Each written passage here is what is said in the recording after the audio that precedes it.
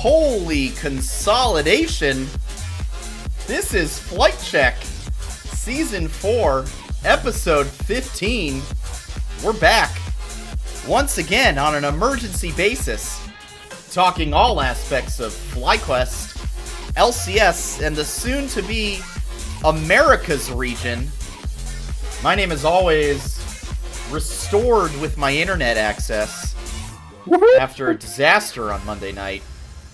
I am Sandy Toes, and to my left and my extra left, back with me once again, my fellow hosts Noxwar and Curly Double Q. Fellas, we're back. Monday was a bummer.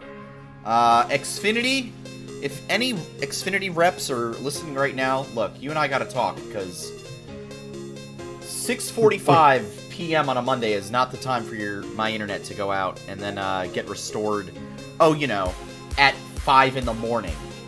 When I'm, waking up for work. So, not super helpful. I'll just be real. That was my Monday. And then the rest of the week has been busy, working, grinding, and then all of a sudden, getting slapped with some crazy news. The Americas region is here. We'll get into that. FlyQuest has a new sponsor. Maybe two. And Power Rankings, it's time. We're ready to tell you why you are wrong about your favorite team. And why we're wrong to each other, because we don't have the same power rankings. I'm feeling a little antagonistic tonight, a little feisty. So we'll see how things go. It's going to be a great show. Curly, just want to, first of all, catch up with you. You were gone last week when it was just Nox and I, a little sick. Have you recovered from your illness? I have in fact recovered from my illness. And my advice to anyone, if you ever go to a convention, is make sure you maintain your hygiene so that you don't get sick and that you don't get others sick. Unfortunately, apparently I was not strong enough to combat other people's lack of hygiene. So it is how it is. But yeah, no, we're doing a lot better. The only thing now is because the weather out here in Ohio is, playing jump rope with itself. My body is just confused. Is it cold? Is it warm? And it is suffering the consequences. That's an interesting way of putting it. Jump rope with itself. I like that. It's pretty good. Nox, how about you? Fresh cut, some fresh content on the Flight Check channel. I know you're excited for NACL. That's kicking back up. I did a little vlog on that, talking over all the drama that's been happening over the past week, and then of course LCS and Riot Global comes in and decides to, hey, don't even worry about any of this. You're not even going to remember the fact that there is even a tier 2 scene right now. Right. Just don't even worry about it. And then I was like, all right, you know what? You're right. I won't worry about it right now. Yeah, exactly.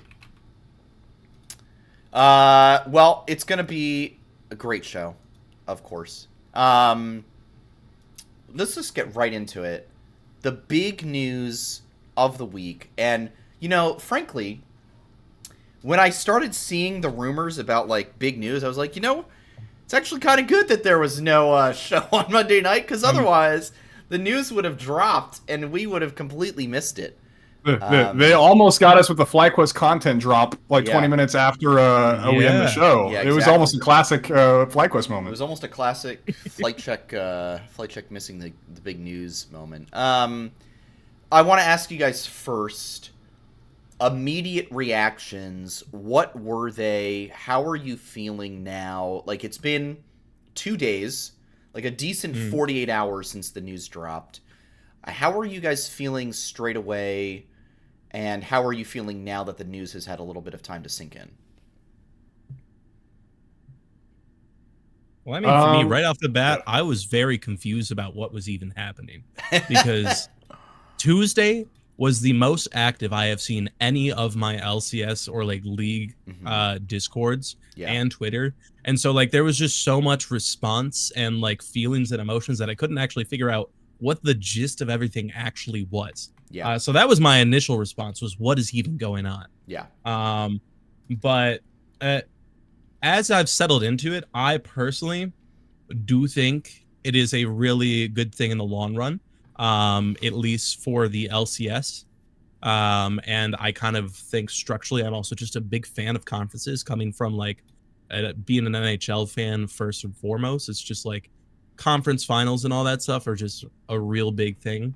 And so I like dividing up leagues like that because it just makes it easier. It makes the progression of everything feel a bit more natural too. It's like, all right, we've won our conference. Now we get to play the other one, and then we get to do this, you know? So I think it's really good. And then obviously viewership perspective, Brazil is probably going to tentpole the shit out of like this new combined league, like just being so real. And so for like the numbers and all that stuff, it's going to hopefully be able to help out with that. I do feel bad for them though, because they're going to have to lose some franchise teams. LCS, we're going to lose some too, but I think that there's a lot of people that feel like two orgs that are in the league probably don't contribute much to it anyway. And so losing them and having the opportunity for a tier 2 team to join in and an LLA team will make things more interesting and potentially even improve the competition in the league. That's kind of how I feel overall. Yeah, I think that's a good nuanced, balanced take. Knox, how about you? So my initial reaction was one of a bit of frustration, right? This is a reaction to all the spending and all the uncontrolled growth that Riot has been doing since 2007. Actually, you can go back even further than that, like since 2014, right? Like when the league really started rapidly expanding and everyone was just throwing money everywhere to get the best players everywhere, to get the best content, to get the best like streaming rights and so on and so forth. And it just kept going and going and going. And I mean, that's just not sustainable, right? Yeah. And so eventually when esports winter hit, I mean, you started seeing things like teams dropping their academy teams. You saw leagues drops spots from their franchise league, so there was less teams in the league. You saw that with LCS, right, where we had 8 teams this past split instead of 10. And so, like, little by little, you're like, okay, that's bad. Oh, okay, that one really, really hurt too. Oh, okay, well, surely we've hit rock bottom now. And then this news comes out, and it's kind of like, okay, this is really, really bad. This is, like, really, really bad. But is this rock bottom? Like, that was my initial thought was, did we finally hit the bottom of the barrel before we can start bouncing back and recovering? Have we? And I'm still just not even sure about that. Because for me, partly, I think LLA is eventually still going to be completely eliminated. I think both teams will eventually be kicked out of both CVLOL and the LCS, or Northern and Southern Conferences are calling it. I'm expecting at some point the entirety of LJL, with the exception of maybe one team that decides to take up residency in Taiwan, will eventually be completely eliminated. I expect VCS to probably eventually later on down the line also follow the same route. LCO, I mean, will continue to have their own little thing, but they're not going to be relevant in the PCS APAC region anymore either. I think they'll eventually be downgraded into a tier 2 region. It's just, it will eventually come down to just being China, Korea, some NA teams, and then EU. And that's all it's going to be. And that's all the big tournaments are ever going to be. And for me, like, I understand that a lot of these smaller minor regions were never competitive. And I understand there's a large group of people that really want to just see the best of the best. And I get that. And I think there should be a place for that. I think there should be tournaments for that. I think that could be Worlds or something. But it really, for me, a lot of my interest in League and the global side of it was being able to see all these different regions come forward and compete, even if they got smashed by like higher tier teams. So that was kind of all my initial reaction. Now, and I'll keep this bit concise because I know I ranted there for a second. Now, I've just kind of come to accept the reality that this is what is needed to make sure the leagues just don't end up dead on the spot. Because I think if we had continued, everything would have been just dead on the spot, and LCS would be no more. LLA would actually be no more. Like, I know LLA is going to die anyway, but it would have been just like gone, and LCS gone. So I think this actually will help preserve the life of the league. I don't know for how long, but I think it is actually the correct decision, even though it's probably the most painful one to date. And it just leads me back to my question I said earlier of like, is this rock bottom? Is this actually bottom of the barrel? I guess we'll see. So, but I do think actually, as bad and painful as it is, this was the correct move to do. And I'm actually curious to see what you think, Sandy, because I mean, I know you're Portuguese, you're not Brazilian, but you actually kind of had some relation a little bit to like the Brazilian scene. You did follow them a little bit. So you especially, I'd be curious to hear what your thoughts are on this whole thing. Yeah, I think, so first of all, I'll go with my initial reaction was, definitely a lot of confusion, I think similar to Curly. Kind of like, what is happening, and just so many questions about just like the nitty-gritty details, because I think this opens up so many cans of worms. And like, I listened to the Dive episode that they did with Mark Z, who was trying to provide answers where he could, but at the end of the day, he like really didn't have a whole ton to say. Like, there were a couple bits and pieces here and there, but some things that I did find interesting, and Knox, like you talked about, the LLA teams are probably going to get taken away. Like, to me, it sounds like what they're working towards is some kind of like import rule system. This was, from the Dive. I think you had stepped away just now, Knox, but from the conversation with Mark Z on the Dive. Yeah.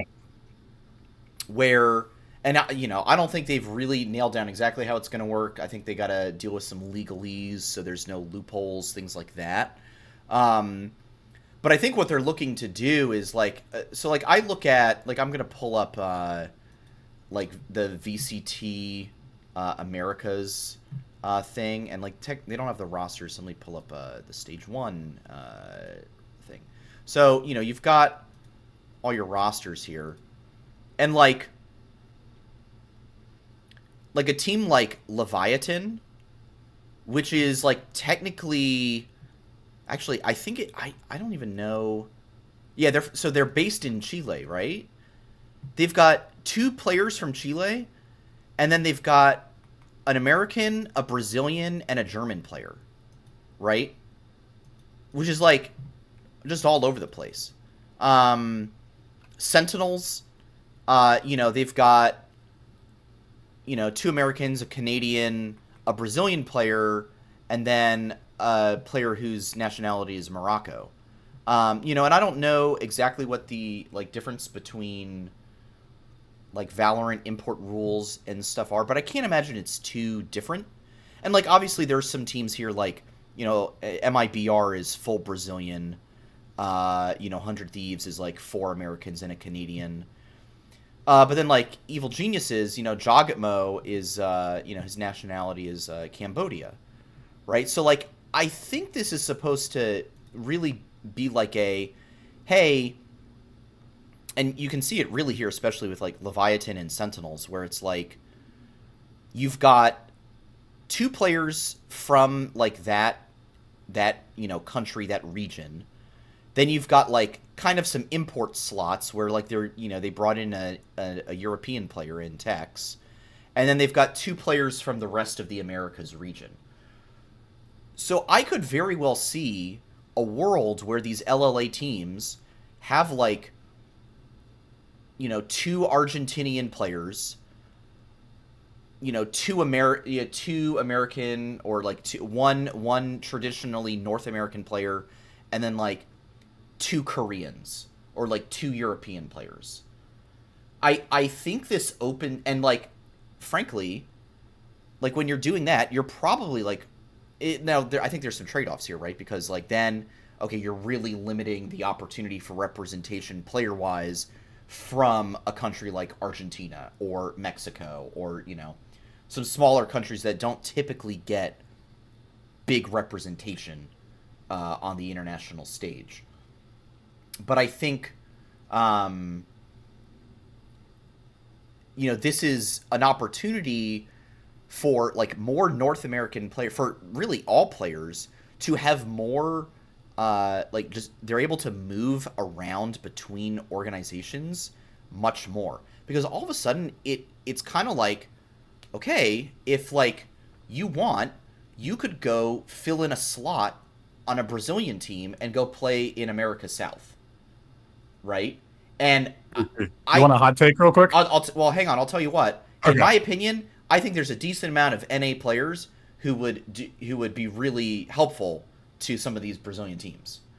You know, so, and I'll say as well, I think there's some Brazilian players who probably would boost some of these North American teams. I think it's going to go both ways. I think eventually, and I think what I do like about this, I will say, is I think you will see teams that are literally just like an America's team, where it is looking like Leviathan does, where you've got one American player, two guys from Chile, a guy from Brazil, and a guy from Germany. And I think that's cool AF. I really do. Just from like a representation standpoint, you're still a team that is based in South America, and you've still got South American players on your team, but now you're able to bring in a little bit of extra help, and you know, spread the representation, you know, across your team. Now, hang on. Okay, let me just say one thing. One thing I really don't like is that all the other regions get to maintain their 3 world spots. And, you know, North America basically kind of gets shafted here, where, you know, okay, they get 1 guaranteed, America's South gets 1 guaranteed, and then the third one is technically up for grabs. But I think traditionally, you know, I have a feeling we'll probably see, you know, unless these like rosters really go crazy and haywire and like really change up, we'll probably see like another traditionally North American team get that third and final world spot. But that's still 2 teams from America's North, like the traditional LCS, going to Worlds, and you know, EMEA still gets 3, China still gets 3, Korea gets 3, and APAC is going to get 3. Now, I'll be frank with you. APAC does not deserve 3. I don't know. I just don't think so. I really, PSG did well. Vietnam looked really bad at MSI. But I think 2 is really good. And, you know, I think that third spot for them could have maybe gone back to Americas. One more crazy thing, like ultimately, you know, they've got like 15 world spots across all 5 regions, plus like 1 for, I think, the MSI winner, and then 1 for the region that has been performing the best in recent years. So you're going to have like 17 teams at Worlds or something like that. I think there is probably room to open that up a little bit more. And you go up to 20 or something. And I can envision a Worlds where it's like, okay, the number 1 team from each region automatically gets into like the bracket stage, and everyone else has to do like the Swiss stage to get into bracket. I could see that as a possibility, or something like that. But I think there's a lot of good. I think there's some really interesting possibilities, but I also think it's a huge bummer that traditional North American teams get 1 less opportunity to go to international competition. So that's all. That's like some of my immediate reactions. Knox, I know you just had a question for me. Well, no, it was just more of a hot take, but you were talking about like North American players going to possibly Brazil, and I was going to say, I think a prime candidate would be Surdy. 100%. I mean, just saying, I'm putting it out there. I mean, absolutely. And, you know, again, I think like you were saying, like, oh, I think these LLA teams will disappear. I don't know. You know, you put like a a Jose Dioto and like an Adi, on one LLA team, and then you throw in like, then you throw Surdy in the top lane, and you get like a European bot lane or a Korean bot lane in there. All of a sudden, you've got a team that might be able to do some damage, depending on what's going on, in the league, depending on how volatile everything is. All I'm saying is there's a world where you could recreate FlyQuest 2022. It's actually 100% possible. Yeah, and there's so many unanswered questions, like, okay, we're going to 3 splits, and it's like, yay, LCS is getting best of 3 for the summer. Are we going to retain best of 3 for, next year?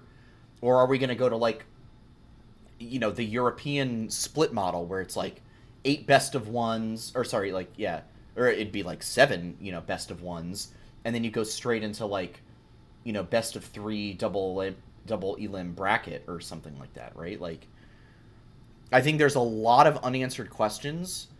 So I think for me, where I'm at is like, some of the things are interesting, some I don't like, but there's so many questions left unanswered. One more thing that I do like, the guest spot concept. This is great. Tier 2 finally has a path back up to Tier 1. Like, imagine, Brandon Sanderson's Dragonsteel team all of a sudden can make it into, Tier 1. And, I look at, like, some of these orgs, like Disguised, or, like some of these, orgs that are in Valorant, such as, like, right now, Challengers NA is going on. You've got Moistek Shopify.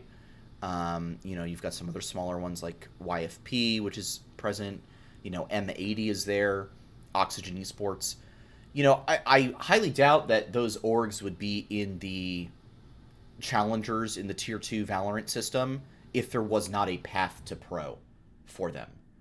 And I think, the guest spot, it's like, okay, sure, yeah, could there be some awkwardness? Yeah, is there a crazy world where that guest spot team goes and wins, like every title in the Americas region, all year, and then at the end of the year they have to like fight against some rando, 5 guys in a dream team in order to retain their spot?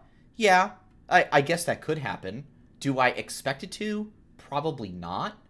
And, frankly, like, if this is a guest spot, then prove that you deserve to be there. Prove that you deserve to be, that you're still, like, the best. So I'll be the one hater on this. Okay. I have actually been very public about the fact. I don't know if I've done it on the podcast, but I hate the guest spot now. So, as you mentioned earlier, all the awkwardness of if this team finds success. Mm-hmm. I hate the concept of like, yeah, you just won LCS. Like, here's your trophy. Now go fight against the number 1 Tier 2 team. And if you happen to have a bad day, you're done and out. Simple as that. Yeah. Like, that sounds terrible to me. I hate that.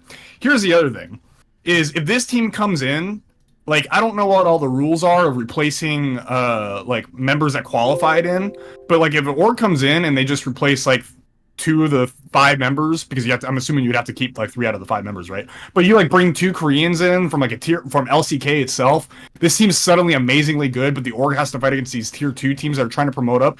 You're not cycling talent at that point. You're not giving a fair fight to the next year's Tier 2 team that's trying to get in. They're having to fight what's the equivalent of like a 3rd or 2nd place team instead of fighting the actual 8th place team in the LCS. Mm. And that's kind of like, at that point, you stagnate the league and you're not cycling talent anymore. Like, that's why I hate the guest slot concept personally, because, like, yeah, it's cool for literally 1 year. It's like, oh, this Tier 2 team made it in. Disguise made it in. What happens in Disguise? Toast would never do this because he's very huge on North American talent. But, like, a Dragonsteel comes in and Brandon Sanderson says, well, I want my team to win. Let me hire 2, like, retiring Korean players or up-and-coming Korean players from Tier 1 LCK. And this team's suddenly, like, a 3rd or 2nd place team. Do you really think a Tier 2 number 1 team is going to beat the 2nd or 3rd place team in the LCS? Probably not. And then it sits there. That's why I don't like the guest slot. Mm-hmm. Yeah, I think that's fair. Curly, do you feel How do you feel about that? Like, what's your take on the guest spot? It does sound cool on paper, but like as you think about it more, like Knox just contextualize it, it has a really big opportunity to just kind of fall through. Like I do see why he doesn't like it, because it's also it feels like they're wanting to tease the idea of relegation without committing to relegation. Yes. So that would definitely be a big problem. Like if you want to relegate, just go out and relegate. And I think it also, like on the one hand, it sounds cool on paper for NACL, really great.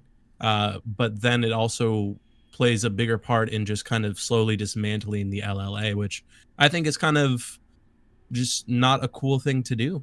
Because I know LLA isn't like the biggest region out there, but they've still got passionate fans. They still have a place on the stage. And I think like after hearing that criticism, it would probably be better to just have 2 LLA teams in both leagues, have them literally split the leagues rather than one LLA and then one NACL. But who knows? Yeah, I mean, what do you think about that, Knox? About the LLA, yeah, I don't know why my brain just kind of lost track for a second. I'm sorry. No, it's all good. You're all good. Yeah.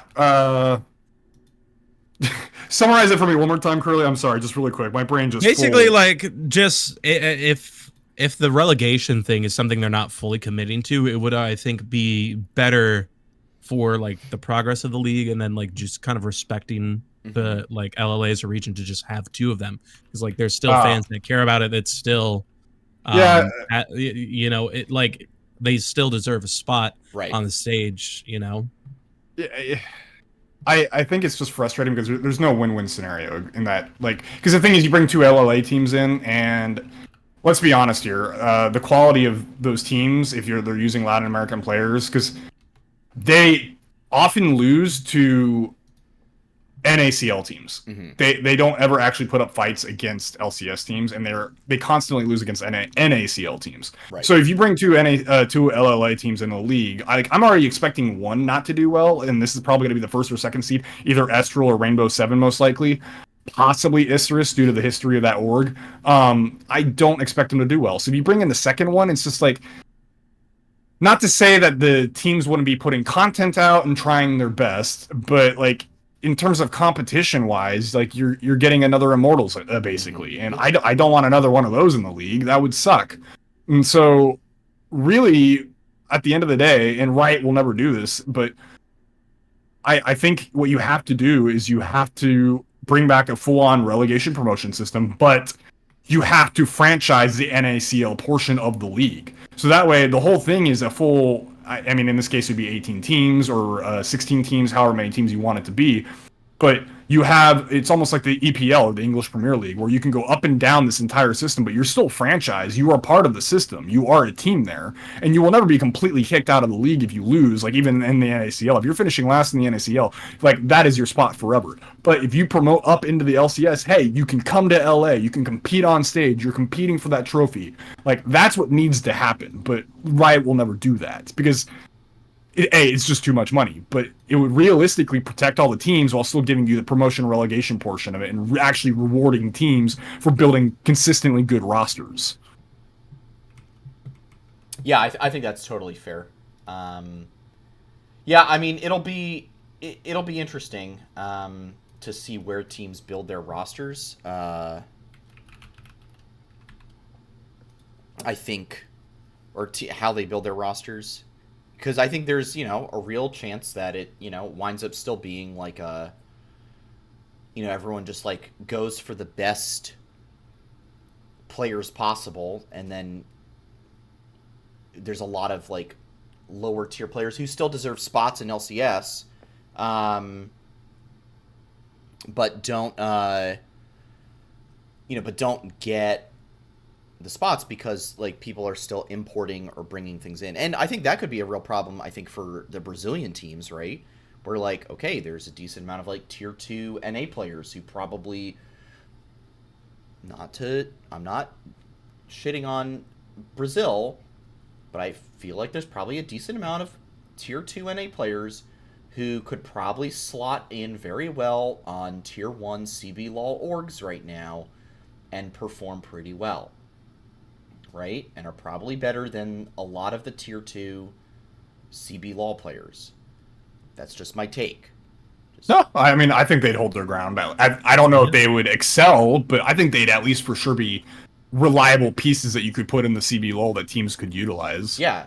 So I can see the argument that, hey, this is bad for Brazil because they're just going to import NA players, and that's just less spot for Brazilian players. I can see that argument.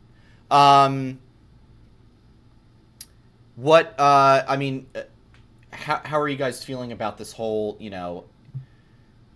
everyone else gets 3 world spots, but North America, or the Americas, is kind of splitting it between the 2 conferences? Knox, what's your take on that? I think what frustrates me about, like, if you want to argue that North America does not deserve 3 spots at Worlds, fine. Like, I can understand that argument. I've made that argument myself, personally. Yeah, so, like, no, there's nothing you could tell me that I'd be like, no. Like, I have to agree with the argument, basically. Like, North America, I could see every reason not having 3 spots. What frustrates me is that you're effectively giving one of those spots to CB LOL, which... I did a count, by the way, of historical match record for NA versus Brazil. Mm-hmm. It is 9-2. There's only 2 matches that Brazil has ever won against North America. One was Pain Gaming versus CLG at Worlds 2015 in the group stage. And the second one was INTZ versus Team Liquid, when Team Liquid had already confirmed their spot pretty much going into actual Worlds group stage, and INTZ was 0-3. Like, it was a match that effectively did not matter. Like, it gave INTZ a lifeline for a tiebreaker, but it did not matter. Right. So those are the only 2 matches Brazil has ever won. Like, so for me, it's frustrating to see that slot just goes straight to Brazil, because they don't deserve it either. So if you're going to give it to someone who's even less deserving than us, that's what feels bad to me. Yeah, I agree. Curly, how about you? What's your take on it? I mean, it feels bad, man. Because like this year it feels like we've gotten more representation like on the international stage than normal, with like having the 2 MSI teams, and then like it just feels like we got more of a chance to flex internationally, even though we didn't. And then next year that is definitely going to be pulling back. I think you bringing up the APAC League getting 3 slots, that's also kind of like ouch, because like we consistently perform above them, and so like them having 3 slots and us only being 2 because of the format of this, it's just like, it's kind of awkward. But like at the same time, it's a result of the fact that I feel like we would be the guinea pig of a sort of format. Like we would be the only region, Worlds qualifying region, that has conferences. Everywhere else just has their thing. And that's where you get that awkward split, you know? Mm-hmm. So it's just, I feel like it would pan out better if everyone had a similar like kind of gig. Like if we really, really wanted to go bananas with it, right? Like you could kind of consolidate EA and then like turn that into conferences too, and then you can justify it, and maybe like wrap TCL into that some way, shape, or form. I mean, imagine doing like a EMEA West and East, right, where it's like Britain wouldn't do, but like Spain and France is one conference, and then like Germany and like the more Balkan countries are the East. Yeah, like that would slap. That'd be so good. Yeah. And then like Spain, you get Spain versus France all the time. Yeah. And the only thing you could never ever do is just like consolidate Korea and China, because you could not do everyone would hate that. Yeah, over there. Everyone disliked that. Yeah, that would be pretty terrible. Yeah. Are you guys like on the page that because like like final takeaways here, because we've talked about this for a while. I am on the page that like, and I've already said this, but I'll say it again real quick. There are things that are really interesting about this and that I think will be good, and there are things that are frustrating / concerning and I need more clarification on. But we're going to have to like wait and see, and so I'm just choosing to be patient and optimistic that good decisions will be made. We have seen, like, from LCS, and I will argue from what I understand of CB Law, they also are, they were the ones who created this like Twitch extension thing that LCS is stealing for summer, by the way. So like CB Law also innovates. Their viewership is crazy. Like, I think both regions are really looking to do what is best for fans, but also best for their business. So I am choosing to remain optimistic. Like, where's y'all's final position on this right now? No, I agree with that. I'm also trying to be optimistic because, like, also anything that can keep us sustainable in the long run is I'm willing to suffer in the short term from any like problems it may have, because like that's kind of just how you grow something. It's not going to work right off the bat. Yeah. And this is, I want to say, probably the most dramatic change we've had to try and fix it. So it's bound to have some potentially high highs and potentially low lows, and I just hope it settles in the right spot. Totally. Yeah. Like I said earlier, I'm just hoping this is the final rock bottom stop. Like, I hope we don't continue to trend downwards. I really, really hope. Yeah. I do legitimately think this move is what is good for the global ecosystem and for the health of all the leagues around the world. I think what's not recoverable for me is a lot of my interest in global leagues, though. What really, I've been a huge wildcard fan or emerging region fan since 2015. Like, I used to write freaking articles on Reddit about Rampage, about Pain Gaming, about Dark Passage, you name it, Immunity. Like, I've always had an interest in these minor regions, and to see these just slowly disappear little by little over time has just been disheartening for me. And I know these teams never had a strong ability to compete on the main stage, but they were a lot of the reason why I liked watching international competition, even if I knew they'd sucked. And that was why I liked IWIC or IWCQ, right? I love seeing those teams fight each other. That was fun for me, but I also know that'll never be financially lucrative. So, no, at the end of the day, long story short, I think it's the right decision. It just really, really freaking sucks. Yeah, I think it's a tough decision because I think this is probably what is best long term. But it's definitely difficult. It's not what people want to see, but hopefully people will get on board eventually. And like, here's the deal. People like the Valorant setup and we're basically getting the Valorant setup. So, and that's been having its own issues lately, but we talked about it enough. We don't have to go. All right. FlyQuest news. New sponsors. New sponsor, Olipop. I will confess, I have seen these in stores. I've never bought them. I do not like probiotic drinks. But here's the deal, and I'll say this right now. Next time we do a show, I don't know if you guys have access to one of these, in your neck of the woods. But we could all like buy one and try it on stream. And just give it the review from the fan perspective. I'm just saying. This could be some good content right here. I'm very down. Where are they normally sold at? I saw like Walmart, Whole Foods, maybe Target. Well, if you go to drinkolipop.com/pages/store locator, yes, you can see if there's one near you. Like a Walmart 3 miles north of me has one, yeah, and so does the Target right across the bend. I can get them at Target, Walmart, Whole Foods, Safeway, Harris Teeter. Looks like a lot of grocery chains have them. Actually, yeah. I could buy it at a Sweet Green if I wanted to, apparently. So that's kind of cool. So I will give this a shot.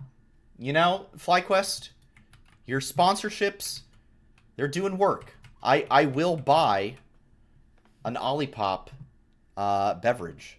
From what I understand, it's like a probiotic seltzer kind of thing. People like them, you know. And I'm sure that for those people, they taste great. You know, I would have loved a Spindrift sponsorship. Now, if that had come through, I drink Spindrift on the regular. I think that's Oh what my goodness. that, you know, I'll be honest. An esports team gets a Spindrift sponsorship, I might have to make a leap. I might betray my morals and principles if a Spindrift sponsorship came through for a team. You know what? That is a funny way trigger, I guess, to switch you to another side, like Yeah. Spindrift. That's my shit. Well, you know, I mean, if FlyQuest does not have a like VCT Valorant team, you know, so if like a Valorant team were to get a Spindrift sponsorship, that's my team right there. You know, I could see like 100 Thieves going for it, something like that. You know what? If Immortal survives and sticks with the Great Lakes thing, they should get a Werner sponsorship. That's all I'm saying. All right, over to you guys. I mean, obviously this is exciting. Like, it's great to see a sponsorship. Nox, I know you got some info about some of the NZXT stuff. Do you want to share what you've learned from your inside scoops? Yeah, and this hasn't been announced anywhere, but I was kind of told that it's gonna be public anyway, and it's not a big deal. But NZXT is not just a sponsor for the Challengers team; it will also end up being a sponsor for the main FlyQuest team. Granted, I think the details of the FlyQuest one are going to be different. Like, you know how the Challengers one it's FlyQuest NZXT Challengers. I don't know if that's going to be the equivalent of what like FlyQuest is. I don't think it'll be FlyQuest NZXT. I think more than anything, it'll just be like branding on the jersey or something like that, or maybe like certain like little things that they do on stream or whatever it may be. So I don't think there's a full title change that comes with it, but they are sponsoring the main team too. But it is a different type of contract than the Challengers one. Yeah, which is pretty good. Curly, just from the business perspective, you know, I mean, this is a good sign. This is a good thing, right? I mean, we should feel pretty good about 2 sponsorships, you know, lining up right before summer split, right? Well, I do like them. Like, it's good to have 2 sponsors, especially because like the On Seat one was feeling kind of weak and I think drifted off, and same with MasterCard. So even though those are like bigger names, we weren't doing much for each other. What I like about these sponsorships most of all, though, is these are ones I feel fans can actively engage with in some way, you know? Like, with Olipop, if I want to go have a case of Olipop, like I said, I can go to a Walmart or a Target, and bam, now I've got some Olipop. If I want to build a new computer, which I'm trying to do, I can go to NZXT and help that. Whereas, like, getting a MasterCard, it's like, does the bank I go with have MasterCard? No, it's Visa. Damn. All right, now I need to go out of my way to get a credit card to get a MasterCard. Like, it's just like you just got to find the right deals for that. And finances are, for like some people, not like, usually they don't even go out of their way to do that. So it's like, if you luck out, bam, you get the benefits of it. If you don't, tough. Sorry.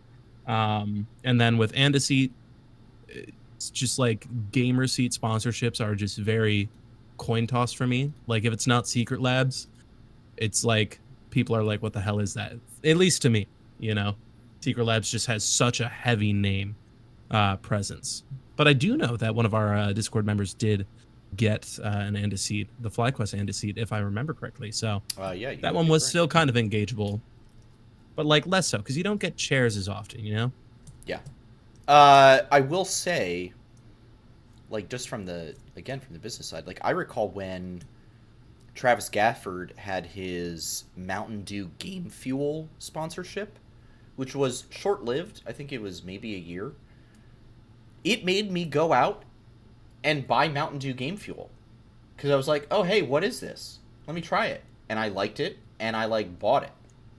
And I would drink it while gaming because I thought it was cool. Like, these things work. And, you know, like I said, FlyQuest has an Olipop sponsorship. Great. I will go try Olipop now. I don't think I would have before, but now I will. So, like, these things work. So I think this is great. You know, I'm a big fan of NZXT. I was saying this on the last show with you, Nox, is like, I also got my PC built by them. It's what the stream runs off of. Big fan of them. Probably whenever I end up, you know, buying a new one or whatever, I'll probably just get it, you know, built through them again. You know, I think it's a good company, and, you know, I'm excited to see FlyQuest be sponsored by them. Nox, what's just again, like, I think from a sustainability perspective, as has kind of been the conversation, you know, around like Americas and whatnot, like, this is definitely a good thing for long-term health of the org, right? Oh, for sure. I mean, little spoiler, but Shot hopped on the call with us after we were done with the show last time that you and I were just doing it, and because I mean we were kind of criticizing, like, hey, where are all the sponsorships? Because we also like pointed out that MasterCard had been gone, right? Right. And so it was just like you guys cannot be sitting here sponsorless while in the LCS. Like, you guys are gonna very quickly like go under. Yeah. So clearly we just had to wait a week is what the clear answer was. And exactly. That's kind of what Shot was hinting at in the call with us afterwards. So no, it's very, very good to see FlyQuest acquiring these sponsors. I would say in general, the league has started acquiring sponsors again. They're not quite as big as they once were, but that's fine. Like, you're still acquiring sponsors. There's still ad revenue that's coming in from these sponsors, and that's what's really, really important. So I think seeing the league acquire new sponsors in like Kia, as well as like FlyQuest and NZXT and whatnot, it's just all good stuff. It's very silver lining, or not silver lining, like ray of golden hope, if you will. So no, I'm happy to see FlyQuest acquiring these sponsors, and hopefully, honestly, we don't stop there. I hope there's more to come, but it's actually been a very solid start so far. Yeah, absolutely. I think you know, it's definitely a good sign. Yeah, and I think we'll just, you know, have to see how how things go from here, if more to come. And you know, definitely the big thing for me is I want this to last, you know, beyond a split, beyond a year. I want this, you know, I want these to be like long-term partnerships, because that's the only way you know, things are going to go well for us in the long term. All right. Well, long have we awaited, but the other topics have finally abated. It's time to talk power rankings. Summer split starts in 2 days. How do you come up with these? Dude, you know. He's a genius. I don't know about genius, but definitely like, you know, I like using $64,000 words. That's definitely for sure.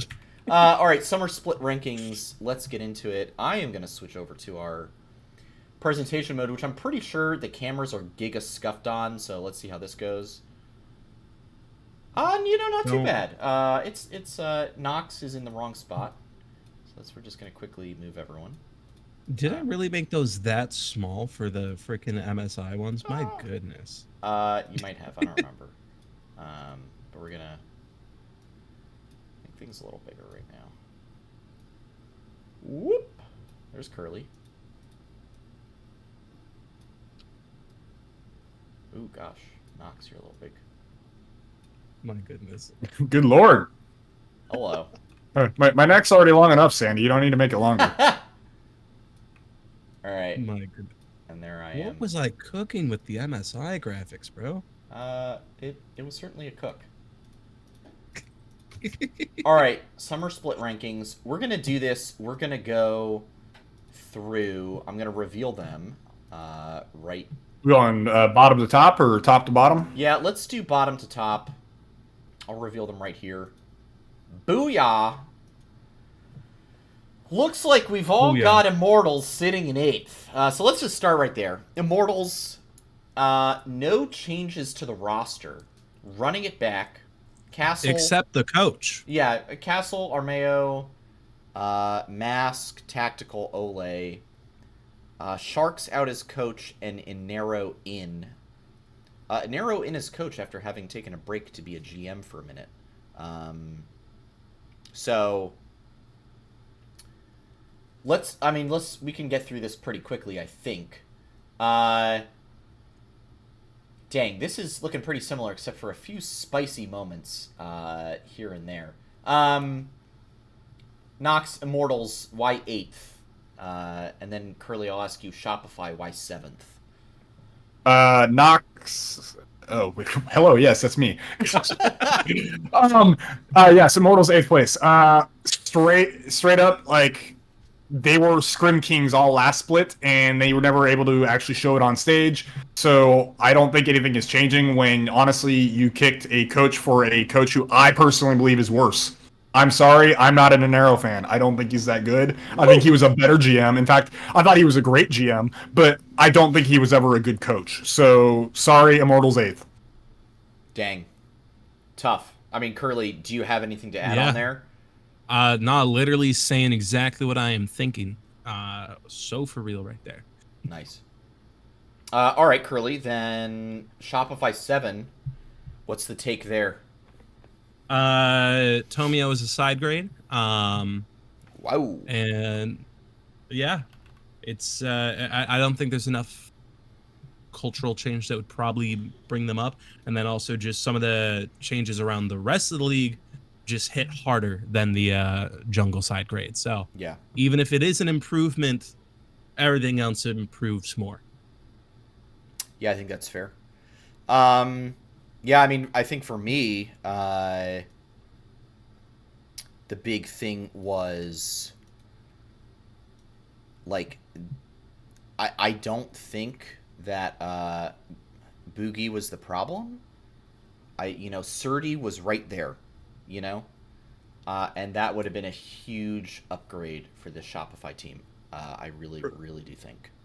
Reminder that not a single team inquired for Surdy this past offseason. And the buyout was incredibly low, from what we are led to understand.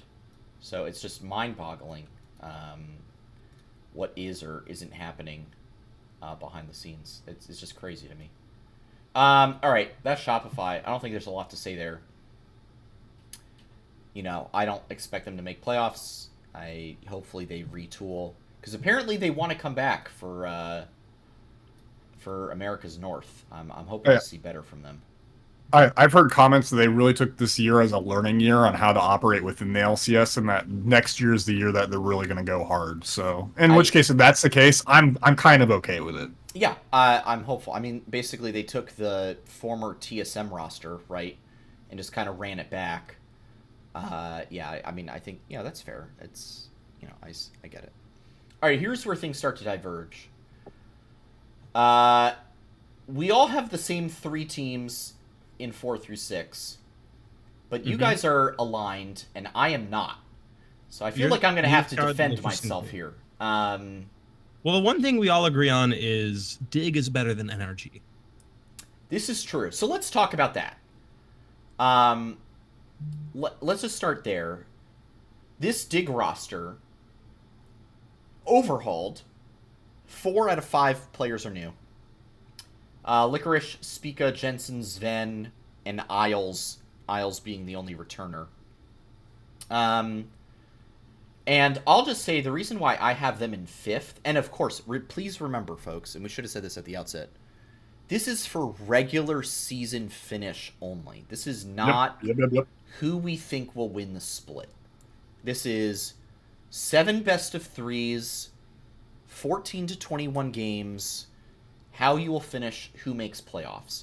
And we all agree on the top 6, just, in no particular order. We all agree 6 particular teams are making playoffs, Shopify and Immortals will not. That's all well and good. For me, the reason why I have Dig a little lower, and, just talking about them in 5th, in a standalone 5th, is 4 guys, coming together, 3 of which did not play last split. That'd be Licorice, Spica, and Sven. I know all were grinding solo queue, but 3 guys who did not play last split, perhaps a little rusty. Jensen, who, literally just got, not benched, but, swapped, by FlyQuest. FlyQuest thinking that, they had something better in quad, right? Which, frankly, I think should tell you something. And Isles is a piece that I am not particularly high on myself. But,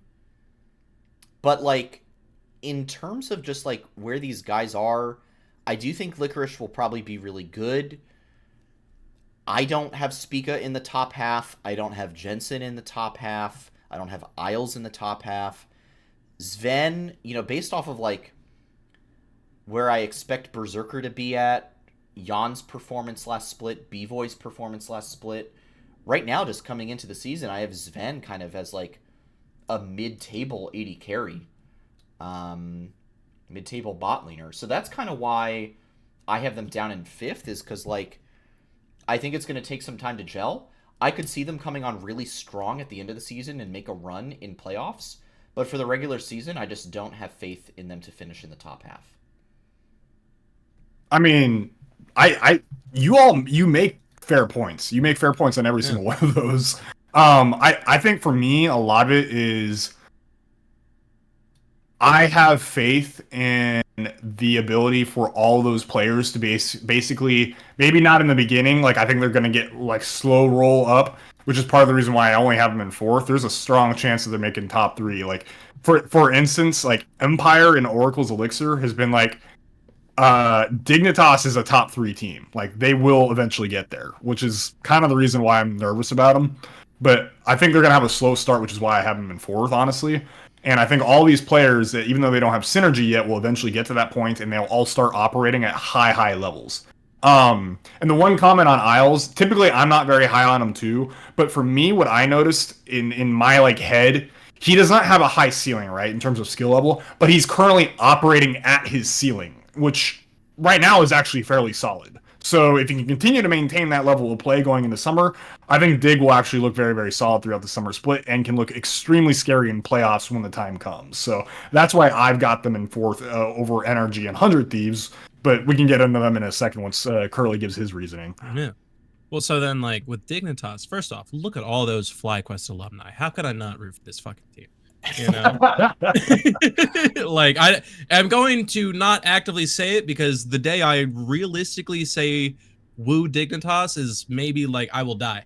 But look at all those FlyQuest alumni. And then the other thing we have to account for is the FlyQuest breakup buff, which 2 of their players, the mid and the jungle, are about to acquire. Because Jensen and Spica both leaving FlyQuest to play for Dignitas. Players that have done it before have consistently had better performances shortly afterwards. So this is a threatening team. But all those vibes aside, I also do just think Licorice, Spica, Jensen, all really solid players, especially because Jensen for me played in his prime this split. I'm actually really sad we're letting him go, but I hope he's able to thrive over on Dignitas. And then Sven as an ADC is something I'm more excited for than him as a support, because he did better than I probably gave him credit for as a support, but I still think his skill set actually lies in playing ADC. So if all these grandpas can drag Isles to the top with them, and like he said, Isles is actually playing good. Drag is probably not a right thing to say. He's definitely playing good. My initial power rankings, which I did flip on, I actually had Dignitas in 3rd. So I just think this team can play really well. As long as I just also Dig from an org perspective always just has a vibe about it that this could not go well. But it's still going to be exciting to watch this team. Yeah, I definitely think that's fair. Yeah, and like I said, I think this team can really make a strong push at the end of the regular season.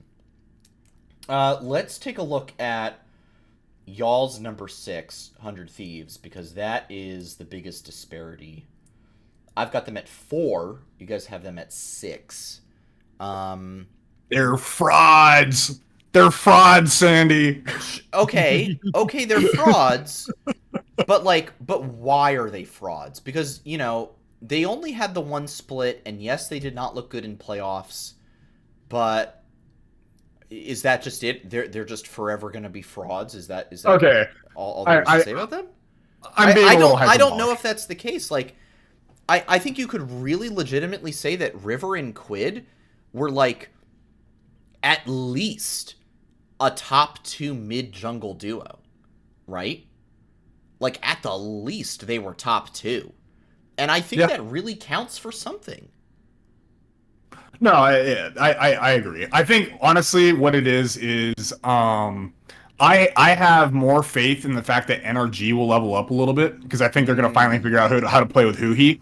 On top of the fact that I do a little bit think they are frauds, right? I think the mid-jungle synergy between River and Quid is actually impeccable, and they are a top 2 mid-jungle in the league. But I don't think their team play is very good, and in a best-of-3 setting, I think they're going to get exposed in that aspect, because they may take games off due to their team fighting, but teams will eventually learn, okay, here's a strategy, here's what we need to ban out, so on and so forth. I'm expecting a lot of game 3s from this 100 Thieves team, and I don't expect them to clutch it out. That is my personal prediction. So it's more of a mix of, Dignitas upgraded all their parts, and I think Energy is going to ramp up a little bit because they're going to figure out how to play with Huhi properly. And hopefully Palafox is no longer stuck in Brazil, as the joke has been said. Let's bring Energy into the conversation because I have them at 6, right? They're the team that I think are just kind of fraudulent. And that's totally fair too. I do not have faith in them to kind of bring things back, frankly. I think that's going to be... Yeah, I think it's going to be tough for them to do that. I just didn't like what I see. I have pretty much everyone on that team... ranked, except for Huhi. I have everyone on that team as a bottom half player in their role. So I just don't think I don't have faith in that team right now. 100 Thieves, I just really have a lot of faith in River and Quid, and I have faith in Ayla. I think Ayla did pretty well last split as well. Sniper, there's work to be done, but I'm interested to see where he goes. I think they have a really strong core in those key roles of support, mid, and jungle, and the rest of the team can fill in where need be. Again, this is regular season finish. I don't think this team is making worlds. They're not going to win the split. I don't think they'll make top 4 in playoffs, but I see a world where they make top 4 in the regular season, due to some kind of weird fluky situation or whatever. Curly, what are your thoughts on 100 Thieves and NRG? Because you have the big Energy at 5.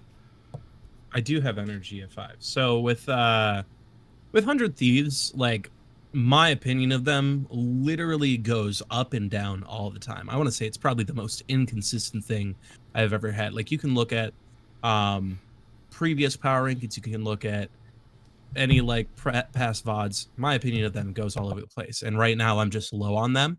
And I think it's just because, kind of like Nox said, I think the best of 3 format will expose them a little bit more, because I had a lot of faith of them heading into playoffs, and then very quickly that faith was kind of shattered. And so I'm maybe they're not as hot as I thought they were, and maybe they lucked out with the best of 1 format, and then with NRG, it's just kind of I want to put them higher, but they didn't perform to my expectations in spring. I like that they're sticking together as a roster, and so maybe they will overperform for it, but it's just with what I saw from all of them, and just the way these Cloud9, Dignitas, and FlyQuest shifted over spring to summer, it's just I expect us to be all better than them. So it's like they're barely fifth for me because I still have a lot of that hype for them from last year, and I would love to see them be able to get back into form. But at the start, or at least as it is right now, I don't see that. And I don't know if that will come back or if it'll even have their opportunity to. Knox, you got any follow-ups to that? No, I'm pretty much in agreement with everything Curly just said. I think maybe time to move on to our team, unless you have anything else you want to add on. No, I think let's do it. FlyQuest in third for all of us. Yeah. Yeah, Knox, take it away. I mean, below TL and Cloud9, even though, we made it to finals, and until finals, we looked pretty good. So, what's changed for you? So, spoiler alert, if you look at mine, I have Cloud9 in first. So, part of this is, and I promise I'm going to do the FlyQuest portion of this, but it carries in. I have a lot of faith in Reapered to be able to whip this Cloud9 team into shape, especially now that they have Thanatos and Berserker, because I think Berserker was also underperforming because it was the first time since I think 2021 or 2022 that Berserker did not have another Korean on the team whatsoever. So now he's got 2 other Koreans on the team, and I think he performs a lot better when he has someone he can relate to and work with and actually focus on. And so I think Berserker's going to step up because I don't think he was very good this past split. I think Reaper's actually going to whip this team into shape and actually make sure Blabber and JoJo are playing properly like a good mid-jungle duo that they should be. Because frankly, when you look at them on paper, that should be number 1 in the league, right? But they weren't. So I'm expecting them to actually step up. I expect Thanatos to be an absolute monstrous threat in the top lane, even if he doesn't necessarily have all the synergy in the world just quite yet. And so it's all those factors combined that I really think Cloud9 is going to be the one actually coming in and taking first for the regular season in the split. Whether that happens in playoffs or not, yet to be seen. I'll feel that out then.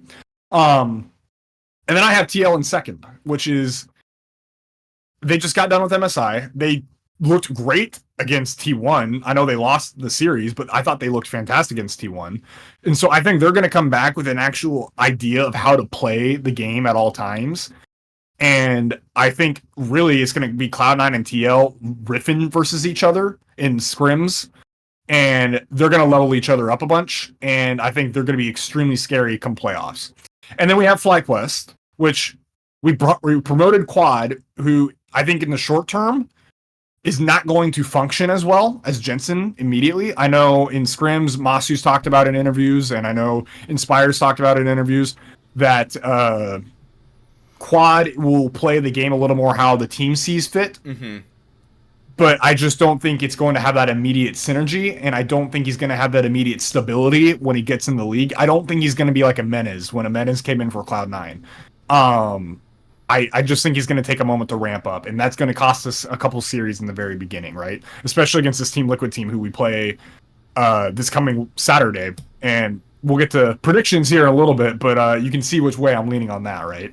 So all those combined, I think that's kind of why I have FlyQuest in third. I think Cloud9 made some major upgrades that I really have a lot of faith in. I think Team Liquid honestly just took away a lot from MSI and leveled up a crap ton. And I think those two are going to be main scrim partners, and they're going to really level each other up. And I think it's just going to take us a little bit to catch up.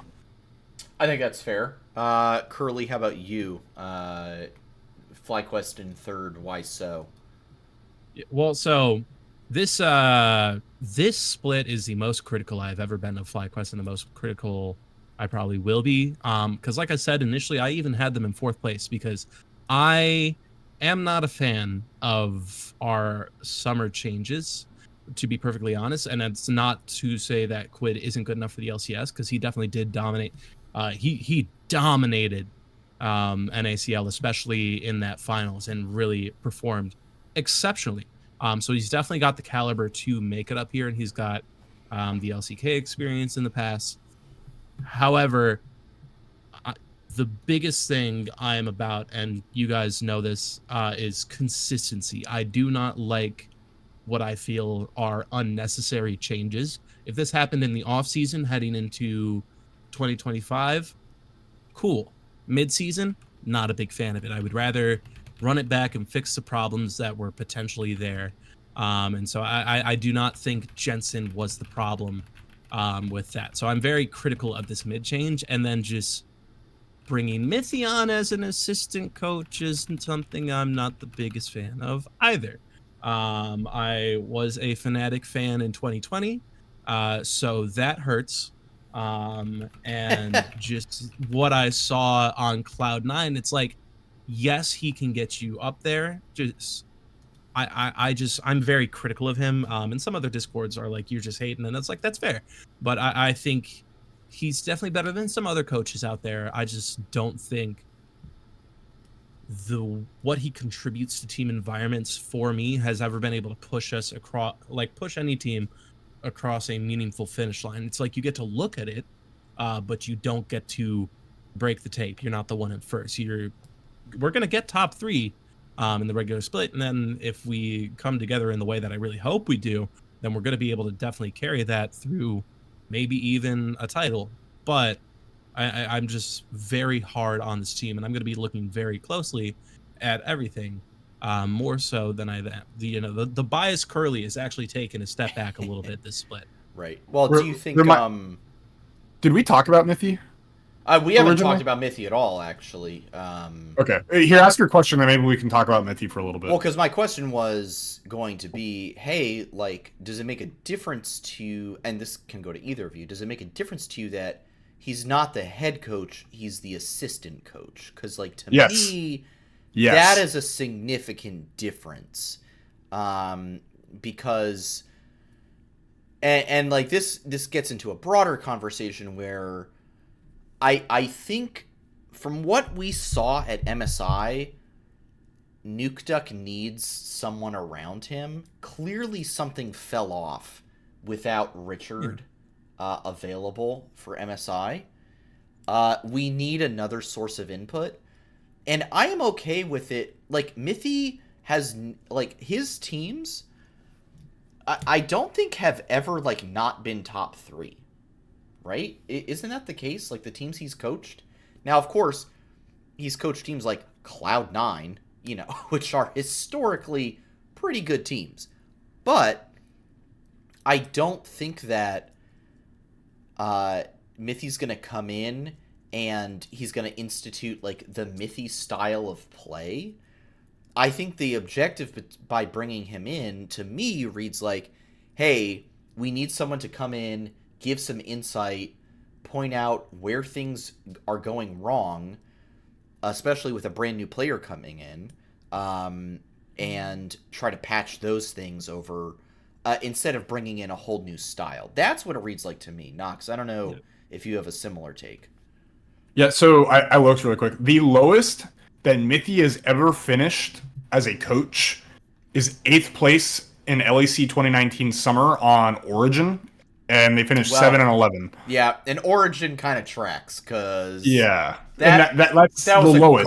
Garbage org right there. Yeah, and that's been over 5 years at this point. That is the lowest. Outside of that, the lowest he's finished was 4th place on Fnatic in 2020 Summer, and everything else has been 3rd and above.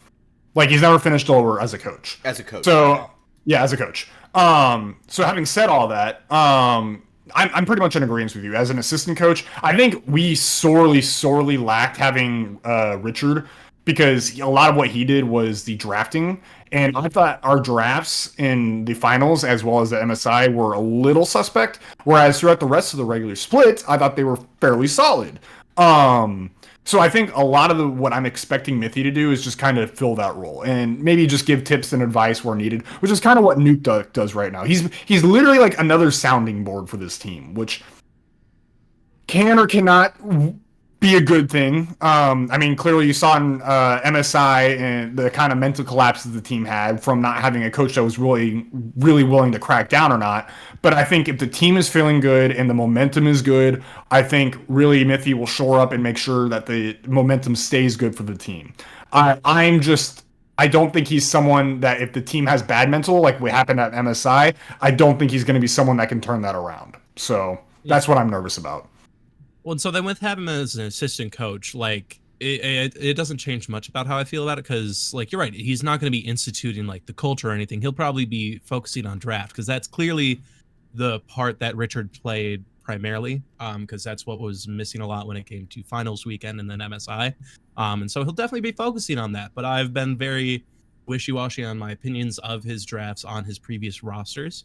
But then it's just like I do think he is the caliber to get top 3. I'm not saying like he's bad, like, you know, because I do have us top 3. I think we will get up there.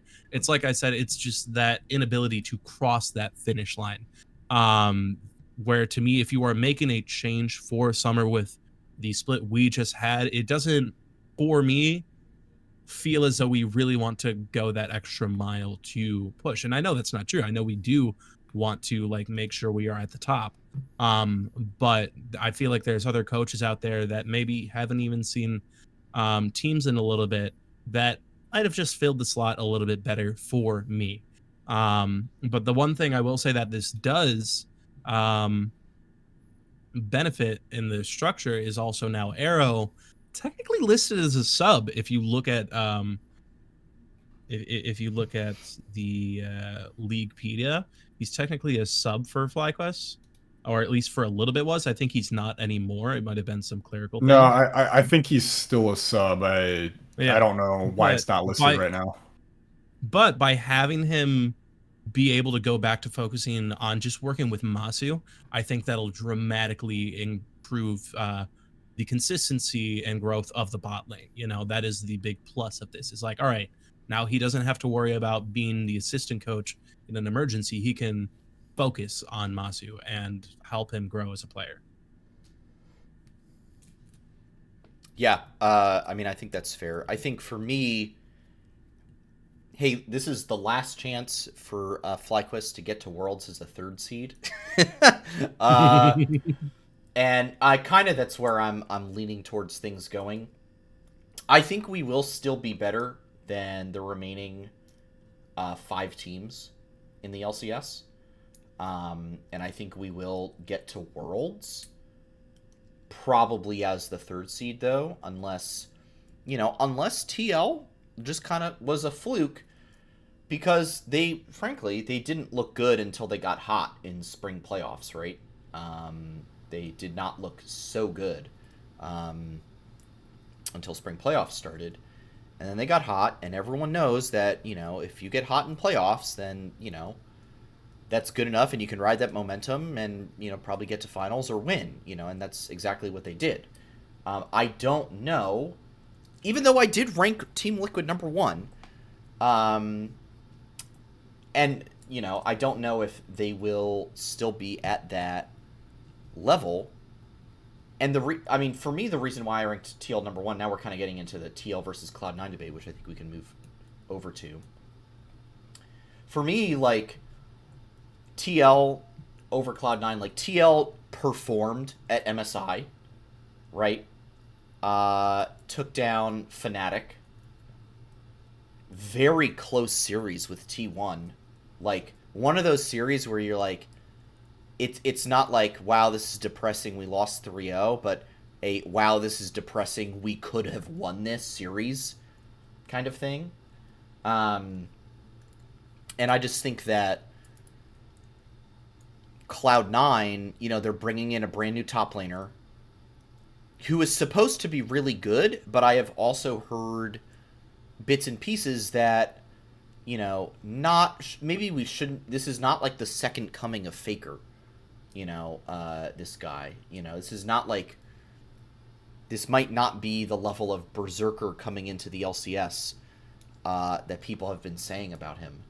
And I just think TL probably the safest bet right now is for him to be, or for them to be still in that, in that conversation for first team. And I think there's room for Cloud9 to, drop, under FlyQuest here. But I'm expecting that they will kind of get back into shape, because on paper, their roster is just, it's sick. It's an insane roster. I mean, you've got multiple MVPs on this roster. Blabber, Berserker. You've got multiple All-Pros, first-team All-Pros on this roster. I mean, all of these guys I think have been first team All-Pro at one point or another. Except for Thanatos, obviously. I'm fairly certain JoJo has been first team All-Pro as well. Yeah. I think he won MVP as well. Yeah, so like him, JoJo, Blabber, and Berserker all MVPs at one point. Vulcan I don't think has won one, but it is rare for supports to win. So on paper, that roster should be insane and probably should be number one over TL. I just think like we saw there were problems last split, and TL just looked so good in spring playoffs and at MSI that I think you just kind of have to put them number one, in my opinion.